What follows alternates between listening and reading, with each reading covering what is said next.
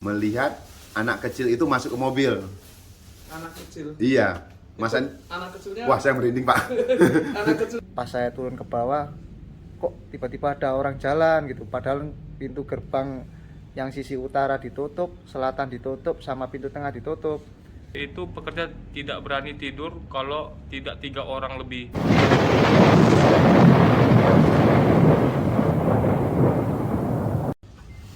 Halo pemirsa, nih kita sedang nongkrong-nongkrong bareng sama para pelaksana yang mengerjakan. Ternyata dari obrolan-obrolan itu ada yang menarik, yaitu cerita hal-hal mistis. Hal-hal mistis yang ditemui oleh teman-teman di masing-masing lokasi. Ya, kebetulan ada 8 lokasi. Nah, nanti kita ini menjadi pengalaman yang menarik ya, karena sejauh ini ya pasti orang akan bertanya-tanya tuh, percaya nggak percaya gitu.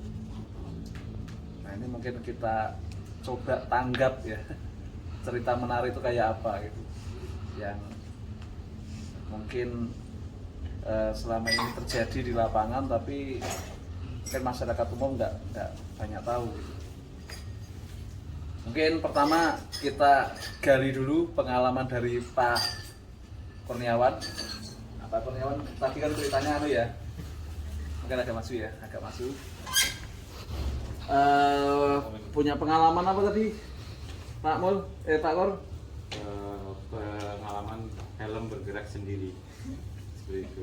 Jadi Saya dengan Pak Asngat itu lagi membicarakan tentang checklist, membicarakan tentang nanti jadwal-jadwal checklist yang akan kita lakukan ya sekitar pukul 5 atau 17 ya, 00. Itu juga mau menjelang maghrib juga kalau di Solo. Nah, Pak Asngat ya menyimpan helmnya di antara samping saya dengan sampingnya dia. Nah, sewaktu itu ya malam-malam itu? Sore Pak, sore. Sore jam 5, sekitar jam 5. Jam 5. Lagi ngobrol asik seperti itu. Ya tiba-tiba nggak ada angin, sama sekali nggak ada angin. Nah, si helm itu bergerak. Ya cukup 3 kali ya, goyang. Helmnya di lantai itu tuh. Di ini Pak, di parapet yang batu kali Pak. Ada batu kali lah, batu alam ya, andesit ya.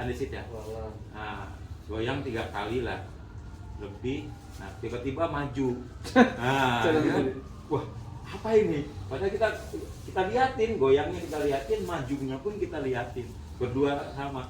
Tiba-tiba kita sadar, itu kenapa bisa maju? Nah, kita berdua langsung aja lari Pak. Nah itu ya bukan malah takut ya, kita menghindar aja seperti itu. Itu mungkin juga takut. Malu ya. Ya malu juga gitu. Mungkin yang ini ada Pak Mulyadi nih yang punya pengalaman Pak Mulyadi? Punya Pak, jadi pengalaman saya itu yang tentang hal-hal mistis ya. Jadi saat Ericsson pemasangan lampu ROP itu yang sisi barat selesai kita pasang, waktu kita lakukan penarikan kabel, kita nyalakan, satu mati. Nah, akhirnya kita bergeser ke sisi tadi timur, kita ke barat, kita pasang lampunya semua, instalasi. Scaffolding itu kita pindahkan ke sisi timur untuk menghidupkan lampu yang mati. Scaffolding kita geser karena di situ perpindahan agak susah karena ada area parket, kita proteksi dulu. Saat manjat ke atas, pekerja itu cuma melihat sambungan kabelnya itu normal. Nah, setelah itu dia langsung ngomong ke temannya, udah coba hidupkan. Hidup Pak, tanpa disambung atau diapa-apain kabelnya itu. Nah, setelah itu kita berbalik lagi nih ke sisi barat. Yang lampu 2 mati itu tiba-tiba satu nyala. Satu nyala tanpa diapa-apakan. Terus pindah yang paling pojok, yang di dekat tempat wudhu atas. hanya Mas Agus itu dari tim kita membaca doa ayat kursi tanpa disentuh, tanpa dipegang, tiba-tiba dihidupkan lampu itu nyala. Nah, setelah itu besoknya mereka melakukan untuk ini ya, untuk perapian panel. Akhirnya tim itu ditarik sekitar jam 10 malam. Nah, saat itu ada Mas Andi yang membawa mobil melihat anak kecil itu masuk ke mobil. Anak kecil. Iya, Mas Andi. Anak kecilnya. Wah, saya merinding, Pak. Anak kecil itu beneran nggak? Anak Ya. kecil itu masuk di mobil. Masuk di mobil. Di dalam mobil ada orang aslinya.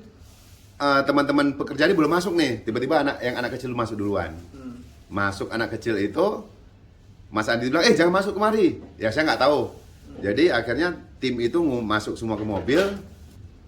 Nah setelah itu saya nggak tahu sampai jam berapa mereka di sana lemburnya, karena untuk pemasangan lampu FOP juga. Terus anak kecilnya itu hilang. Hilang, Pak. Jadi posisi di dalam mobil itu. Nah ini nih, coba di sini. Ini kita harus menggali dari pakar supranatural kita. Ini silahkan ada Mas Ali Wardana itu. Ki Ali. Apa itu? Ki Ali. Luar biasa. Saya malah senang mendengar cerita saja daripada menceritakan dia. Oh ya, sini. Ah, kembali lagi. Sini kembali lagi ke sini. Saudara kita si Natal yang ada di sana. Nah, itu coba. Oke. Jadinya menyambung cerita dari Pak Mulyadi, pemilik venue, benar apa adanya. Karena begini, waktu pekerja itu jam 10 lewat ya, jam 11-an Pak. Jam 11-an itu sudah 11 malam Pak. Mulai dilakukan terminasi untuk penyambungan power ke panel FOP, dinyalakanlah semua. Dinyalakan, ada 2 lampu yang tidak hidup Pak. Nah, secara sambungan kabel dan wiring semua aman. Nah, besok paginya saya tanya kembalilah ke pekerjanya. Rupanya benar apa adanya, itu pekerja tidak berani tidur kalau tidak 3 orang lebih. Katanya ada yang bisa lihat juga Pak. Namanya Pak Kardono. Pak Kardono mandor selamat, kakek-kakek sama tangisan cewek. Wah. Gak tahu ceweknya cantik atau enggak. Suara Belum range. Boleh dekatin ya. Iya. Pokoknya kalau misalnya 3 orang itu kurang dari 3 orang itu mereka nggak berani. Begitu. Ya. Tidak terlalu menarik tapi cukup deg-degan. Sekarang kita tanya yang pengalaman dari mana lagi yang punya itu? Ini nih. Ya, baik, pemirsa, saya akan menceritakan 2 pengalaman saya waktu saya bekerja. Pengalaman pertama itu waktu pas hari libur Idul Adha, saya kan datang setelah sholat ke proyek. Saya ngecek kondisinya, ngecek material, ngecek alat, dan waktu itu kan saya juga kan diuber-uber toilet VIP sama Pak Bayu kan, harus sudah selesai. Makanya saya cek, pas saya turun ke bawah, kok tiba-tiba ada orang jalan gitu, padahal pintu gerbang yang sisi utara ditutup, selatan ditutup, sama pintu tengah ditutup. Ya udah, saya akhirnya cari tuh sumber suaranya langkah kaki di mana, cari itu satu ruangan, ternyata nggak ada. Ya udah, saya inisiatif untuk daripada nanti jadi kepikiran terus, saya pergi, saya tinggal. Terus pengalaman yang kedua waktu ini sering banget Pak mampet airnya itu kan, sering banget mampet. Jadi ada 5 wastafel di ruang ganti dan 3 wastafel itu maunya lancar, tiba-tiba mampet. Dan kebetulan pas hari Kamis itu mampet. Terus saya coba pakai caranya Dewa Mampet untuk pengerjaannya saya tiru, teknisnya, metodenya saya tiru, berhasil 1. Dan yang 2 ini nggak berhasil. Dari jam 11 dengan tenaga 4 orang itu nggak tembus-tembus. Padahal itu paling cuma butiran pasir sama ini, kayak tanah-tanah yang udah keras itu Pak. Nggak bisa tembus-tembus sampai jam 3 pas waktu azan asar. Ya udah saya bilang sama teman mekanik Pak Mustolib sama 2 pekerja, ayolah kita ini sama-sama berdoa aja. Kita di sini kan niat baik, kita di sini kan niat membenarkan yang tadinya rusak jadi lancar kembali dan bisa digunakan. Kita nggak ada niat jelek di sini, udah kita niat masing-masing berdoa untuk biar selesai mampetnya. Dan akhirnya alhamdulillah yang kedua lancar, terus yang ketiga jebol juga Pak. Dan akhirnya 3 dari 5 wastafel itu berhasil semua. Dengan doa ya? Dengan doa. Waktu serius awalnya itu kita kan waktu ada isu-isu mau kunjungan Pak, jadi kita kan gugup semua, jadi kerja itu langsung main hajar kan, ya, lupa berdoa dulu kan. Waktu itu udah inget, dah kita berdoa aja dulu, berdoa Bismillah semoga lancar dan gak ada kendala, semoga bisa digunakan lagi. Akhirnya jebol Pak, 2 wastafel itu lancar dan kotorannya itu langsung keluar dari lubang full drain. Itu Berarti membalik ya? Kotoran membalik berarti dia?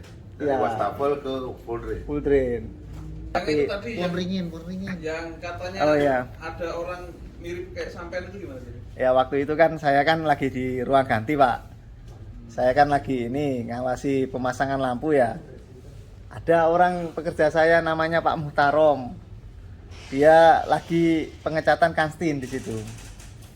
Terus dia tenang karena ada saya di situ. Pikirnya dianggapnya ada saya di situ yang biasa duduk di meja sambil di tas gitu kan. Pikirnya itu saya, jadi dia tenang. Malam atau siang itu? Malam itu Pak, sekitar jam 8:30. Nah, dan waktu Pak Muhtarom itu mau ngambil cat, keluarlah dia jalan dari tribun, terus saya keluar dari ruang ganti. Dia langsung kaget, loh Pak, kok Bapak di sini? Lah saya kan di sini dari tadi jam 8, saya kan ngawasi masang lampu. Enggak, Bapak di sana tadi sama saya kok. Orang saya ajak ngobrol gitu kan. Lah, yang bener Pak, iya. Terus oh, merinding saya. Terus tiba-tiba, ya udah saya ajak ke sana Pak. Ya udah Pak Muhtarom, ayo kita ke sana kita cek. Ternyata nggak ada apa-apa di sana. Jadi itu kejadiannya waktu ini setelah saya membakar sampah di sebelah pohon itu Pak. Jadi mungkin dia marah mungkin. Yang menunggunya mungkin marah atau kepanasan waktu ini bakar sampah. Itulah cerita dari pekerja sama satu lagi mungkin saya mengingatkan ke teman-teman terutama kan waktu pengerjaan di proyek lain, sebaiknya waktu sebelum mulai pekerjaan wajib kita berdoa dulu supaya kita dilindungi dan diperlancar untuk pekerjaannya, karena itu sangat penting bagi kita semua untuk memulai pekerjaan.